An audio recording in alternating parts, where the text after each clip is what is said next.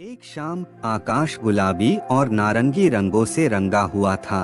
पेड़ों पर तितलियां मस्ती से नाच रही थीं।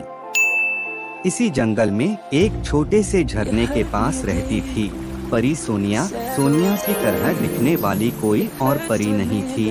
उसके बाल सूरज की किरणों जैसे चमकते थे और उसकी आंखें जंगल के नीले फूलों सी खूबसूरत थीं। लेकिन सोनिया दुखी थी। दरअसल सोनिया के पास जादू की छड़ी तो थी, मगर उसे उसका इस्तेमाल करना नहीं आता था। वह जंगल में रहने वाले जानवरों की मदद करना चाहती थी, लेकिन कोई जादू नहीं कर पाती थी। एक दिन जंगल में रहने वाला एक हाथी बीमार पड़ गया।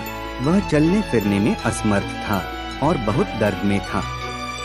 सोनिया ने उसे देखा तो उसका दिल भर आया। वह जानती थी कि जंगल में एक ऐसा फल होता है जो बीमारियों को ठीक कर सकता है, लेकिन वह बहुत ऊंचे पेड़ पर था। सोनिया ने सोचा, शायद मैं जादू करके उस फल को तोड़ सकती हूँ। उसने अपनी जादू की छड़ी को हिलाया और फल को तोड़ने के लिए कुछ शब्द बोली। छुमंतर फल गिर जाएं 1 सेकंड के अंदर। कुछ नहीं हुआ। सोनिया निराश होकर बैठ गई। तभी वहाँ से एक छोटी सी चींटी गुजरी। उसने सोनिया को दुखी देखा तो पूछा, आपको क्या हुआ है परी? सोनिया ने सारी बात चींटी को बताई। चींटी ने हंसते हुए कहा, परी, जादू सिर्फ छड़ी हिलाने से नहीं होता, उसे करने के लिए मेहनत और लगन भी जरूरी है।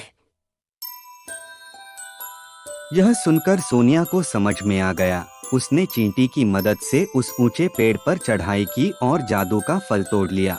फिर उसने उस फल को हाथी को खिलाया और वह जल्दी ही ठीक हो गया। असली जादू मेहनत में है।